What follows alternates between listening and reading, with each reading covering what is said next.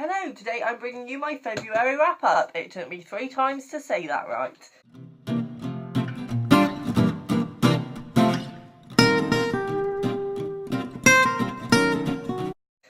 Right, this wasn't a great reading month, I'm not gonna lie. Pretty ashamed of myself. However, this beast is one of the reasons. I mean, you can't see how big it is, but it's big. It's Wolf Hall by Hilary Mantel. This is based in the Tudor period. It focuses around Henry VIII and his wives, and it follows his right-hand man, Thomas Cromwell, who I think is quite a notorious figure in history for being a bad person. That said, I didn't pick up on that much. I thought he was quite a nice guy. I think I missed a lot of this book. That's one thing I will say about this. However, I loved it. I'm definitely going to read more of Hilary Mantel. Her writing is amazingly beautiful. It's quite a heavy-going book, and that's why I feel as though I missed a lot. I would like to reread it, and I think I'd pick up on a lot of stuff that I didn't notice at the time. It's not something I would normally pick up and read. Historical fiction isn't something I've ever really delved into, but the writing in this was just so gorgeous. I would definitely recommend it, especially if you like historical fiction anyway. Just bear in mind that it's dense and it takes a lot of time to concentrate. I think the trouble is I was picking it up here and there and just reading a few pages. I think what you need to do with this is just take a few days where you've got nothing planned, sit down and just devour it. I think that would be the best way to read this, and it's probably what I'm going to do on my reread of it. So yes, there was that, and that took up a lot of the month. Then I picked up a short little book, Penelope Fitzgerald's The Bookshop. I had mixed feelings about this. I wouldn't rave about it. I wouldn't say it's necessarily something I'm really glad I read.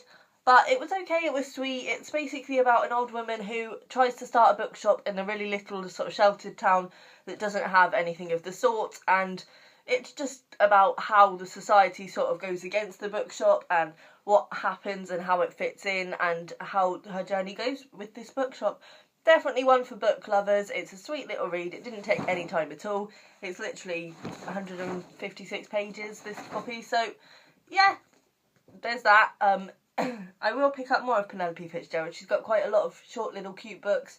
And they're just a nice sort of relief, I think, having a little read like that in the middle of all your other reads, especially after something like Wolf Hall.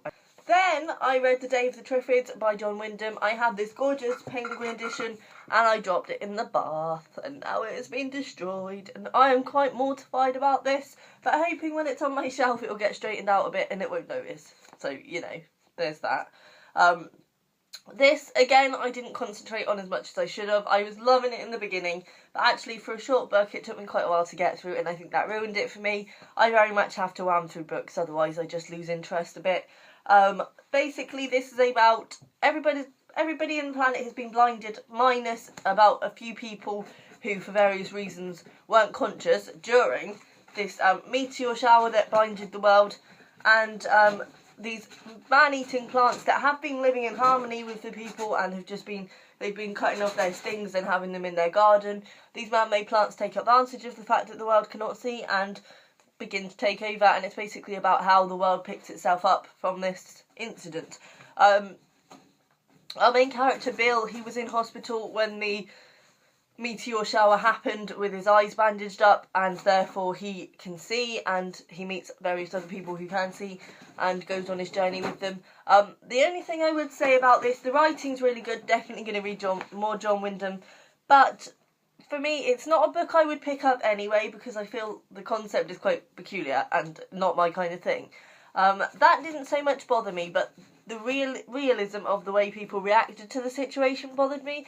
Like, I know there's man-eating plants, it's not meant to be realistic, but like, literally within a day of the world being ended and everyone being blind, people are starting to make camps and build reserves and make plans for the future, and it's like, yes, that would happen eventually, maybe even within a few days, but on the first day I think it would just be pandemonium and everyone would be like, ah!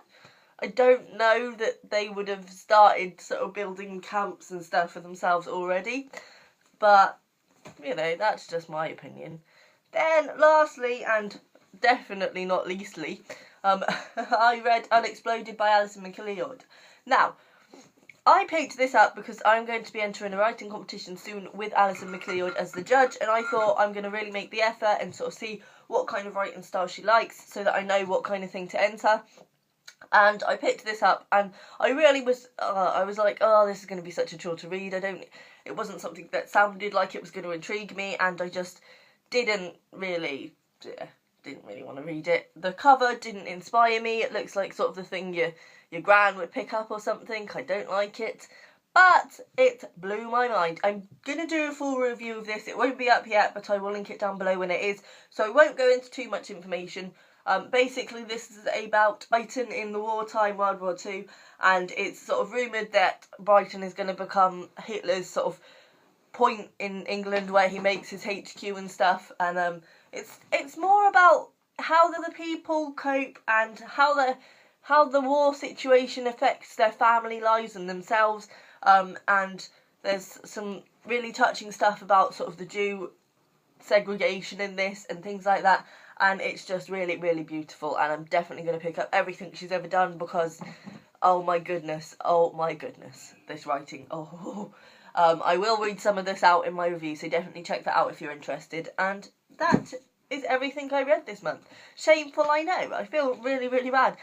Trouble is, yes, Wolf Hall took me ages to get through, and it was really dense, and I've been crocheting a lot. I'm trying to make a blanket, so it's a toss-up between the two at the moment. But yes, that is everything. See you soon. Goodbye.